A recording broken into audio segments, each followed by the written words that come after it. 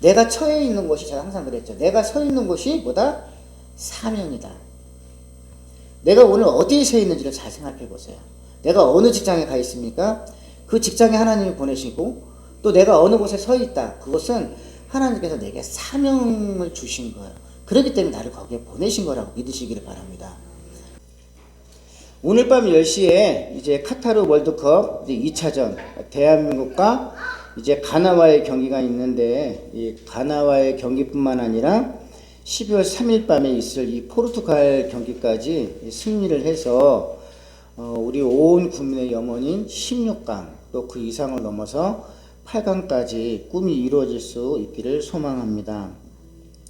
오늘 본문은 이 나이 30세의 애굽, 그러니까 오늘날로 이집트라는 나라입니다.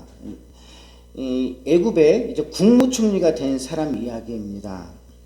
그 주인공이 바로 창세기가 전체 이제 50장인데, 이 50장 가운데 14장이나 지면이 활용되어 있어요. 이거 계산해 보면 약 30% 정도가 나오는데, 이 30%나 지면을 채운 사람이 바로 요셉이라는 사람이에요. 그러니까 나이 30살에 이집트의 국무총리가 된 이 주인공이 누구냐면 바로 요셉이라는 사람입니다.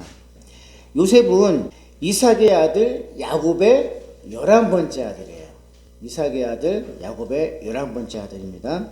그런데 요셉은 10명의 형들에게 시기와 질투심을 느낄 만큼 아버지의 사랑을 한 몸에 입었습니다.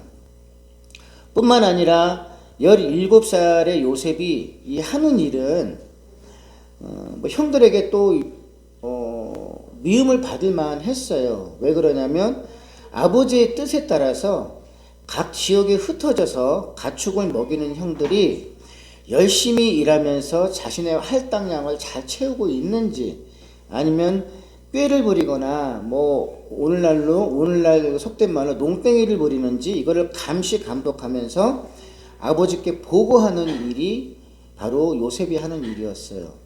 때문에 형들은 막내 요셉을 더욱 미워할 수밖에 없었겠죠. 그러던 어느 날 형들은 자기들 곁에 다가온, 또 마찬가지로 이제 자기들을 감시하고 이제 아버지께 이제 고발하려고 하는 이 동생이 다가오자, 이 동생이 요셉을 죽이고자 모의를 합니다. 그래서 결국 악행을 이제 감행을 한 거죠. 그러니까 깊은 웅덩이를 파서 거기에 이제 나중에는 이제 결국은 이제 떨어뜨리는 걸로 끝나요. 처음에는 죽이려고 이제 모의를 했었는데, 결정적인 순간에 차마 죽이지는 못하고 이제 아주 그냥 깊은 구덩이에 이제 밀어넣은 후에 길을 지나가는 그 이스마엘 이 상인들에게 팔아 넘깁니다. 노예로 팔려가게 된 거죠. 그리고 또 이스마엘 상인들은 그 애굽 이집트에 이 바로왕이 있는데, 이 바로왕의 어떻게 보면은 군대 장관 같은 그런 장군이 있어요. 그 사람이 바로 이제 보디발 장군이라는 사람인데, 이 보디발 장군의 집에 또 노예로 다시 또 팔아 넘겨져요, 요셉이.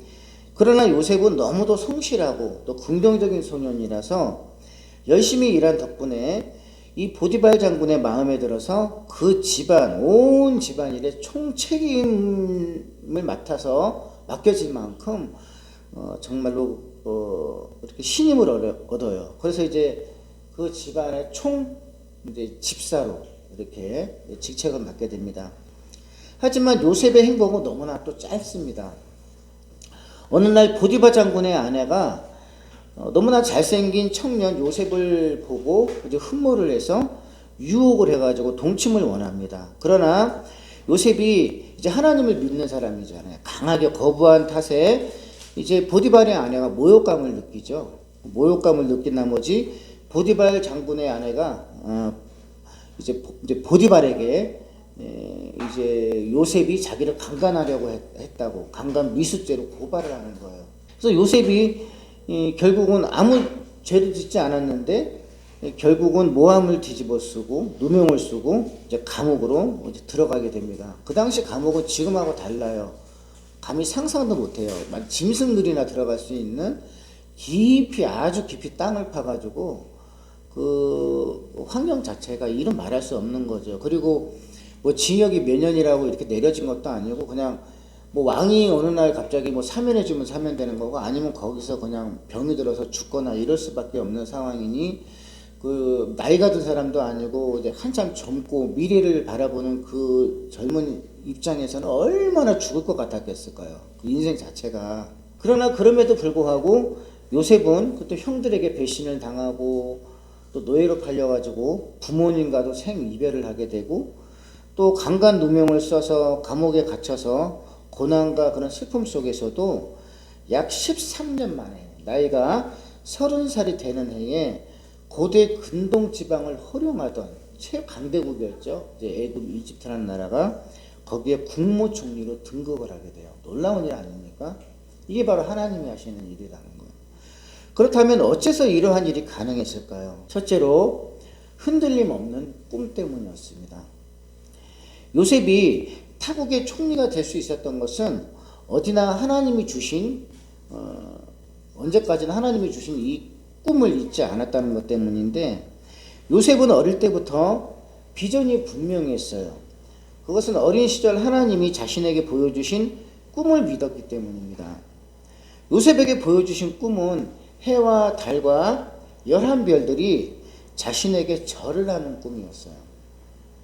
사실 요셉은 그 꿈을 아버지와 형들에게 말을 합니다. 그러니까 아버지와 형들이 그 꿈을 당연히 해석을 했겠죠. 그러면 아버지와 어머니와 또 그리고 우리들이 너에게 절을 하겠다는 거냐? 그럼 네가 우리들의 왕이 되겠다는 얘기냐? 이러면서 당연히 기분 나빠하겠죠.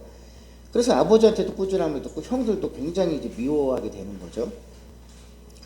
그러나 요셉은 이 꿈이 하나님이 주신 꿈이라고 믿어요.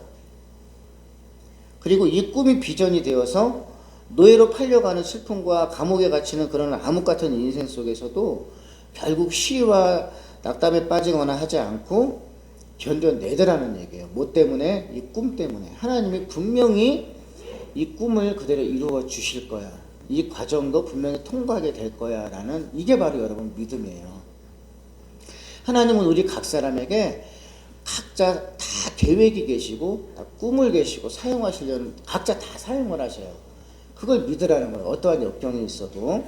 그래서 우리는 이것을 믿음이라고 하고 신학적에는 에베소서에 보니까 지혜와 계시의 영을 주사 우리 각 사람이 그 주실 때 성령께서 우리에게 역사하실 때 우리가 하나님의 부르심에 대한 소망을 알게 되고 그랬잖아요. 그죠?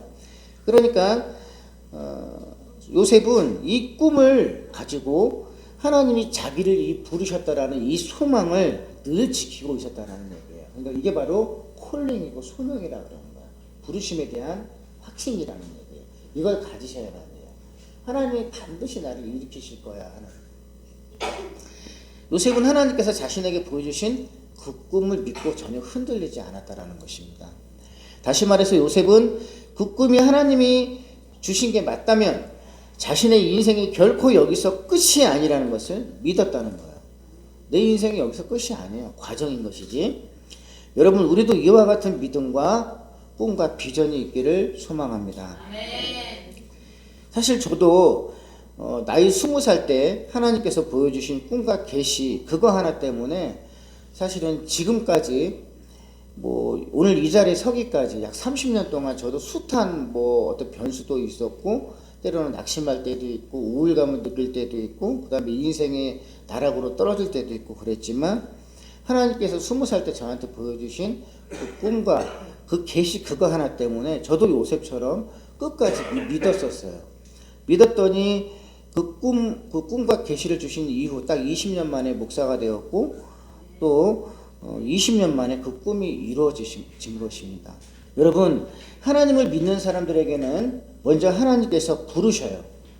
부르시고 나서 꿈과 비전을 주신다는 거 기억하시기 바랍니다. 여러분들에게 다 있어요. 우리 인생 가운데 우연은 없습니다. 그리고 또 우연한 만남도 없어요. 그러니까 사람들이 그냥 우연히 만나는 것 같지만 성경에는 절대 우연한 만남이 없어요. 또 우리 인생 가운데 우연히 일어나는 일도 없어요. 모든 것은 다 하나님의 섭리이고 뜻이라고 말씀하고 있습니다. 다 하나님의 계획하신 일이고 다 하나님이 만드신 법칙, 그 섭리 안에서 이루어지는 거예요. 그래서 우연이라는 게 없어요. 다 이유가 있어요. 그래서 우리가 기도할 때 오늘 나에게 이상한 예기치 못한 일이 일어난다고 한다면 왜 나에게 이런 일이 일어났을까? 하나님이 어떠한 뜻이 계셔서 나에게 이러한 일을 겪게 하실까? 그렇게 접근을 해줘야 되는 거예요. 아, 재수없어 이렇게 말하는 거예요. 왜? 우리에게 일어나는 모든 것은 우연이라는 게 없어요. 분명한 것은 누구든지 그리스도 예수 안에 있는 자들에겐 요셉처럼 그 어떤 역경에 처할지라도 하나님은 반드시 합력하여 선을 이루신다는 것이 성경입니다. 지금 내 인생이 거기서 끝나는 거 아니에요. 하나님은 반드시 선으로 이루셔요. 왜? 오늘 우리가 아까 교동문 저랑 같이 읽었잖아요. 그죠? 근데 하나님은 누구를 위하여? 자기 이름을 위하여. 자기 이름을 위하여 우리를 구원하셨어요. 우리를 용서하셨어요. 자기 이름을 위하여 우리를 예수 그리스도를 보내시고 우리 죄를 용서하신 거예요. 마찬가지예요. 우리가 누구를 용서하는 것도 마찬가지예요. 성경에서도 말하는 거는 용서라는 것은 그 사람을 위해서 용서하는 것이 아니라 나 자신을 위해서 용서하는 거예요. 아멘? 그렇다시피 예수 그리스도 안에 있는 이들이 고난에 빠져 있고 어려움에 처해 있을지라도 그대로 놔두면 하나님의 이름이 영광이 가려지잖아요. 그래서 하나님은 반드시 합력해서 선을 이루셔서 결국은 찬양받기를 원하신다는 거예요. 아멘? 그렇기 때문에 역경과 고난도 결국은 우리에게 선한 결과를 이루시기 위한 하나님의 계획이라는 것을 믿으시기 바랍니다. 만일 요셉이 형들에게 미움을 받지 않았다면, 또 만일 요셉이 노예로 팔려가지 않았다면, 만일 요셉이 억울한 누명을 쓰고 감옥에 갇히지 않았다고 한다면 요셉이 어떻게 나이 30에 강대국 이집트의 국무총리가 될 수 있었겠습니까? 억울한 누명도 썼고 또 미움도 받고 시기질도 당해서 팔려도 나가고 노예도 되고 이렇기 때문에 이 과정을 통해서 결국 하나님은 그를 그 고대 근동의 최고 강대국인 이집트의 국무총리로 그를 세우신 거예요. 그런데 우리는 하나님이 나에게 하시고자 하는 이 선한 계획은 항상 뒤로 밀어놓고 지금 내가 현재 처해 있는, 즉 내가 노예 신분일 때 또는 감옥에 갇혀있을 때 이걸 못 견디잖아요. 그리고 막 때로는 어째서 내 인생을 이렇게까지 하세요 하나님께서 하나님께 분노를 토설할 때도 있지 않습니까? 그렇기 때문에 우리는 아직까지 연약한 존재이기 때문에 지금 현 시점에서는 하나님의 은혜를 잘 몰라요. 그러나 지나고 보면 이 모든 과정이 바로 이렇게 하시기 위해서 하나님이 내 인생을 이렇게 고난 가운데 밀어넣으셨구나 라고 하면서 지금까지 이 모든 것이 하나님의 은혜라고 찬양할 수밖에 없는 거예요. 그래서 지나고 나야 알아요. 우리는 우매하고 어리석기 때문에 하나님의 깊은 뜻을 모른다는 거예요. 그래서 요셉이 국무총리가 되었기 때문에 나중에 온 나라에 전 세계에 기근이 들었을 때, 그래가지고 모두가 굶어 죽을 때 자기 아버지 야곱과 형들과 또 형수들과 이 종들까지 총 70명의 이 가족을 이끌고 애굽의 노른자 땅에 이사를 시켜주고, 그리고 자기 가족들을 아주 편안하게 살 수 있도록 구원을 베풀 수 있었던 것입니다. 그러므로 요셉의 고난은 모든 것이 하나님의 계획이고 뜻이고, 그 다음에 결국 합력하여 선을 이루시기 위한 일이었던 것입니다. 이것이 바로 하나님께 속한 자들에게 베푸시는 하나님의 은혜인 거예요. 그래서 징계가 없는 자는 사생아와 같다는 말씀이 성경에 가서 그겁니다. 그러므로 여러분, 내 인생의 크고 작은 역경과 고난을 두려워하기보다는 하나님께서 내게 보여주신 그 꿈과 비전을 이루어 주시기 위한 과정으로 받으시고 또 그리고 믿으시길 예수님의 이름으로 소망합니다. 또 어떻게 요셉이 또 흔들림 없는 꿈으로 또 그가 총리가 되었을까요? 두 번째는 그 믿음은 긍정적인 마인드로 항상 인도를 해요. 그러니까 긍정 마인드를 가졌다라는 얘기예요. 요셉이 나이 30에 총리가 될 수 있었던 것은 어떠한 상황 속에서도 항상 긍정 마인드를 가진 사람이었다. 이스마엘 족속에게 팔려서 또다시 애굽의 노예로 팔려간 다음 또 이집트 감옥에 또 갇히잖아요. 그의 인생이 계속 전락을 하는 거예요. 젊은 나이인데도. 저는 가장 힘든 게 감옥에 갇혔을 때 같아요. 저는 지금도 내가 감옥에 갇히면 막 공황장애에 걸릴 것 같고 막 죽을 것 같아요. 미래가 암담하고 그 다음에 아주 그냥 자그마한 그 뭐 한두 평밖에 안 되는 그 감옥에 갇혀가지고 내가 어디 나가지도 못하고 이다고 상상을 해도 지금 이 순간에만 생각을 해도 막 죽을 것 같거든요. 막 손도 못 쉴 것 같고. 그런데 이 젊은 사람이 거기에 갇혔을 때 얼마나 힘들었을까. 뭐 그런 인생이 막 느껴져요. 그런데도 요셉은 자기 인생만 생각하면서 시리에 빠져 있다라기보다는 그곳에도 사람이 사는 곳이었다라는 거죠. 거기도 사람이 산다는 거죠. 그리고 또 주어진 일에 최선을 다했어요. 요즘 사람들은 그렇잖아요. 어디 직장에 속하면 뭐 저 오너가 뭐 바르네 어떠네 이런 거 따지면서 뭐 이렇게 판단하기 좋아하고 고발하기 좋아하고 감시하기 좋아하는데 다 비성경적인 얘기예요. 성경은 뭐라고 되어 있냐면 아무리 까다로운 상전일지라도 그를 잘 섬기라고 되어 있어요. 이게 성경의 하나님의 가르침이에요. 그래야 너가 칭찬을 받지 아니하겠느냐 하는 거야. 세상에 어느 누가 완벽한 사람이 있겠어요. 그렇듯이 어떻게 보면 하나님의 백성으로 살아가던 요셉 입장에서 바로 왕이나 그 다음에 뭐 보디발 장군을 바라보면 그거 하는 일이 다 불의할 수밖에 없을 거 아니에요? 다 하는 일이 다 비성경적이고 다 불의하고 다 나쁜 일일 텐데 그럼에도 불구하고 그는 묵묵하게 어쨌든 주인이 시키는 일에 최선을 다해서 인정을 받았다라는 얘기예요. 여러분 이게 성경이에요. 성경. 내가 아는 거 있다고 가가지고 막 따지고 들면서 저 사람 불의하게 살아가네 막 고발해야지 이건 아니라는 거예요. 그게 바로 세상 조류 세상 풍조에 속한 일이죠. 그래서 주어진 일에 최선을 다해서 노예들 사이에서도 성실하고 또 이제 윗사람들에게도 아주 정직한 사람으로 인정을 받아서 결국 보디발 장군의 집사로 발탁이 되었던 거예요. 왜? 긍정 마인드 하나.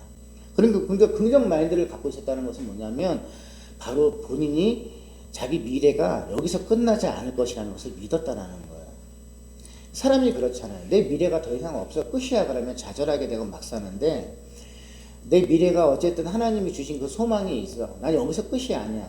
지금 내가 전락을 했지만 하나님이 분명히 내게 보여주신 비전과 소망이 있어. 이걸 생각하는 사람은 지금 여기서도 내 미래를 생각하고 있기 때문에 막 시기하고 낙담에 빠지지 않겠죠. 그것이 결국은 요셉을 항상 긍정 마인드 속에 있게 만들었다라는 얘기예요. 뿐만 아니라 강간 누명으로 감옥에 갇히고 또 인생의 끝을 장담할 수 없는 채 밑바닥으로 전락했지만 요셉은 그 속에서도 죄수들과 아주 좋은 인간관계를 맺었고 또 간수에게도 칭찬을 받아서 거기서도 반장이 되었어요.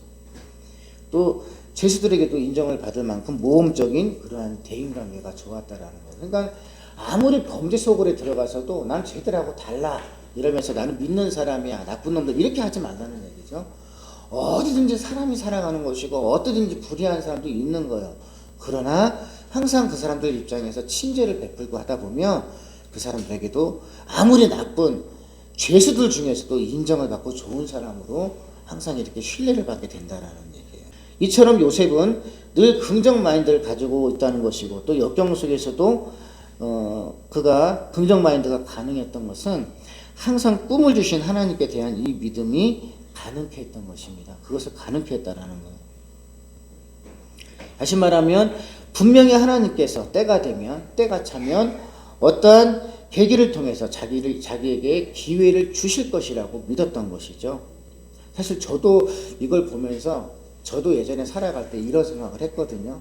분명히 하나님이 때가 되시면 나에게 그렇게 하실 거야 라는 것을 계속 믿고 있고 그래서 제가 여기까지 걸어왔고 저도 지금도 생각하는 건 뭐냐면 분명히 하나님이 때가 되시면 우리 교회도 가득 채워주실 것이고 저는 사실 그 믿음도 있어요.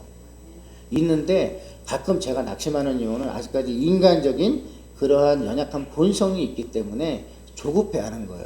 하나님 제가 조금 더 젊었을 때 조금 좀 잘난 체 하면 안 돼요? 아직 그걸 못 버리는 거예요. 제가 60보다 70보다는 지금 50대에 한번 마지막으로 승부를 걸게 해주세요 라는 그 인간적인 욕심을 못 버리기 때문에 조급해하는 거죠. 가끔씩. 그러므로 여러분 현재 내가 갖고 있는 이 삶의 여정은 하나님께서 나에게 필요하시기 때문에 주신 것이라는 것을 받고 믿으시기를 바랍니다.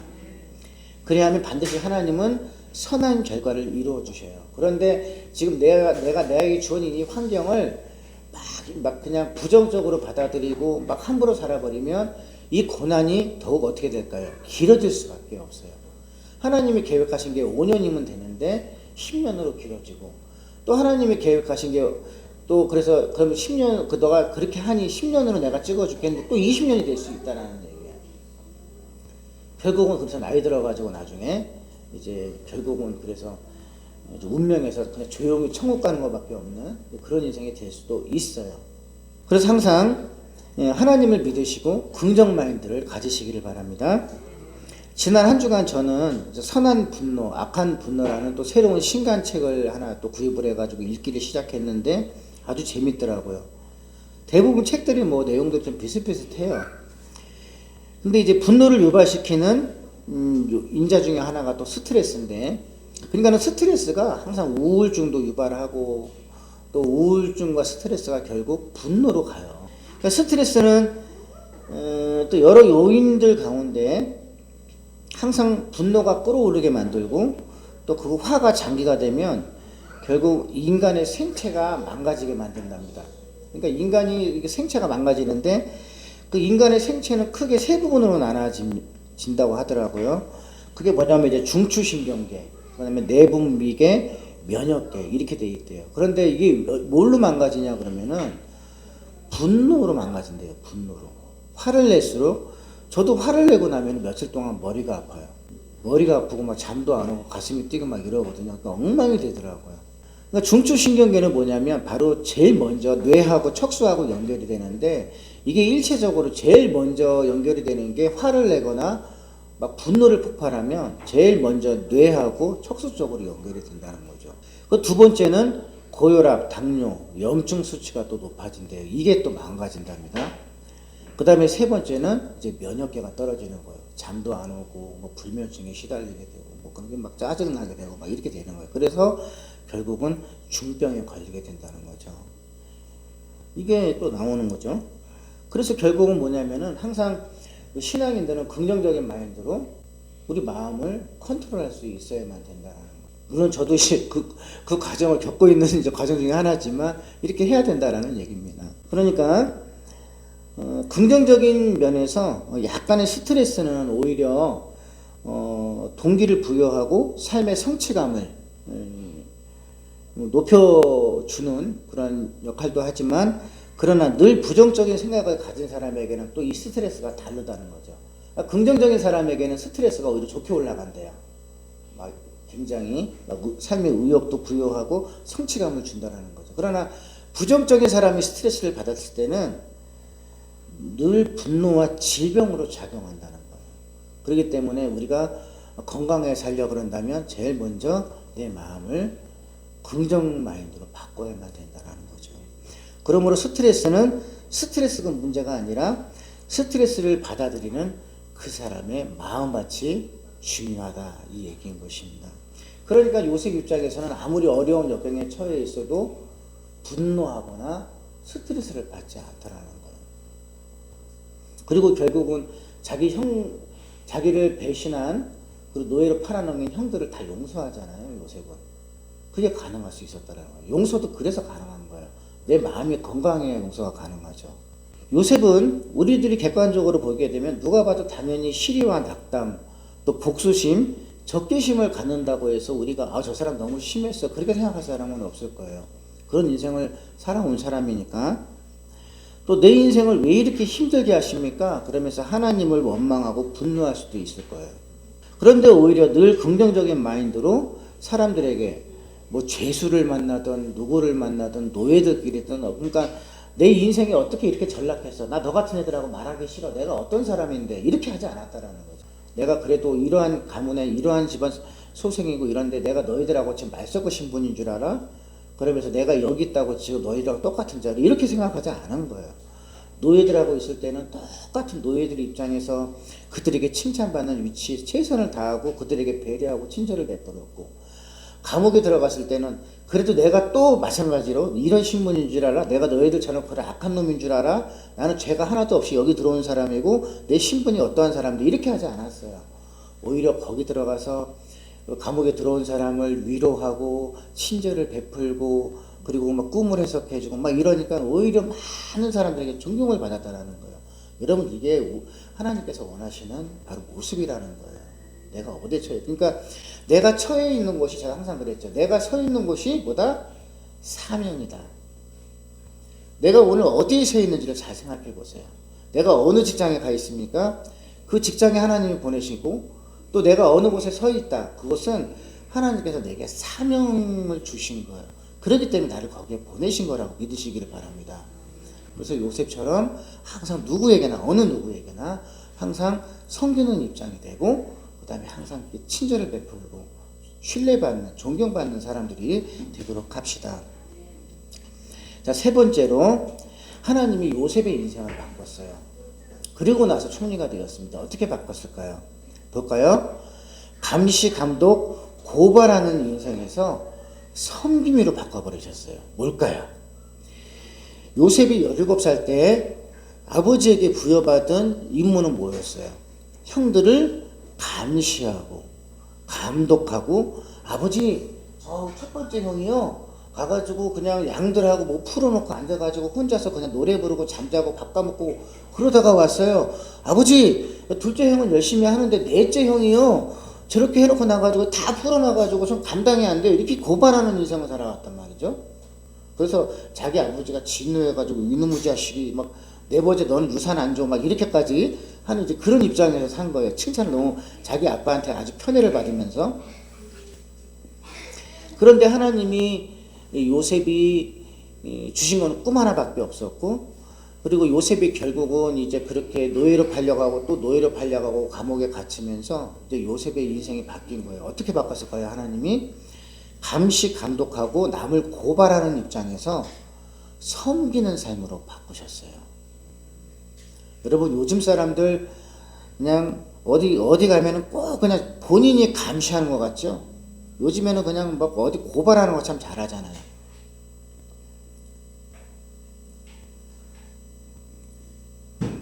감시하고 판단하고 비난하고 고발하고 고소하는 일들이 비일비재합니다. 예를 들어가지고 말단 종업원이 상사나 이 오너의 행동을 일거수일투족 불만을 가지고 못마땅해 하거나 저 사람 하는 거 갑질이야, 저거 불의해, 이런 식으로 하면서 감시하고 고발한다고 한다면 누가 그 사람을 좋아하겠어요? 좋아할 사람 아무도 없어요. 따지고 든다고 한다면 누가 좋아했어요? 내 입장으로 바꿔놓고 생각해보세요. 내가 그 사람 좋게 보겠어요? 힘들죠. 짜증나죠. 그런데 요셉 입장에서는 항상 어떤 사람이든지 간에 예외가 없었던 거예요. 항상 결국은 하나님이 이러한 감시 감독, 그러니까 요셉이 누구에게 미움을 받았어요? 10명의 형들에게 아주 미움을 받은 거예요. 얼마만큼? 죽이고 싶을 만큼 미움을 받은 거예요. 마찬가지예요. 세상 이치도 똑같아요. 내가 직장에 속해 있거나 어디에 속해 있거나 내가 미움을 받는다고 한다면 내가 지금 무슨 일을 하고 있을까 돌아봐야 돼요. 혹시 나도 모르게 내가 감시하는 입장이 아닐까요? 누구를 판단하는 입장이 아닐까요? 누구를 마음속으로 고발해야지 하는 입장이 아닐까요? 이게 다 전달이 되는 거야, 마음속으로. 그러니까 형들이 요셉을 죽이고 싶어 했던 거야. 저 죽여버리자. 뭐 이렇게 해가지고 운동에 넣었다가 결국은 이제 그러지 못하고 팔아 넘겼는데, 근데 하나님이 요셉의 인생을 바꿔버리셨어요. 어떻게? 섬기는 삶으로 바꾸셨던 거예요. 결국 그렇게 바꿔지고 나니까 하나님이 때가 참에, 항상 하나님은 그래요. 우리가 고난을 주시고 났을 때, 다 준비가 되었을 때, 때가 참에. 근데 내가 그랬죠. 이걸 막 거부하고 비껴나가면 그 고난은 계속 길어져요. 그런데 요셉이 너무나 감사하게도 요셉은 젊은 청년이 항상 꿈을 생각하면서 이 비전을 생각하면서 하나님을 믿었기에 오히려 그거 순수하게 받아들였던 거죠. 그러니까 때가 참에 섬기는 삶으로 바뀌자 하나님이 비로소 됐다. 요셉을 애굽의 총리로 세운 거예요. 바로 왕의 총애를 얻으면서. 그랬더니 실제로 요셉이 무슨 일을 했어요? 온 나라의 백성들에게 전부 다 먹고 살 만큼 곡식을 다 분배를 해주고, 또 그들에게 곡식이 떨어질까봐 또 비축해놓은 그것 또 다 창고 풀어가지고 하니까 온 세상에 아주 선하고 좋은 총리로 이름을 떨친 거 아닙니까? 섬기는 자라야 인정을 받죠. 그러니까 하나님이 그렇게 세우신 거예요. 여러분, 그래서 하나님은 똑같아요. 우리의 인생도 마찬가지예요. 우리에게 고난을 주신 것도 어떻게 보면 요셉을 통해서 각자의 인생을 적용해 보시기 바랍니다. 또 마찬가지예요. 고난을 주신 이유도 그렇고, 또 우리에게 어떠한 삶으로 하나님이 바꾸시기를 원하시냐면, 남을 쉽게 판단하거나 정죄하거나 고발하는 입장으로 살기를 원하시는 것이 아니라, 아무리 똑똑한 말로 그렇게 논리적으로 남을 판단할지라도 하나님은 그것을 좋게 받아들이시지 않으세요? 그러면 어떻게 하는 것을 하나님은 원하시느냐? 섬기는 사람이 되라는 거예요. 예수 그리스도께서 우리를 섬기셨던 것처럼. 그래서 섬기는 위치로 세우시기 위해서 우리에게 고난과 역경과 시련을 주셔서 우리를 빚어가고 계시다는 것을 믿으실 수 있기를 예수님의 이름으로 축원합니다. 자, 기도하겠습니다. 거룩하시고 자비로우신 하나님 아버지, 은혜와 사랑에 감사합니다.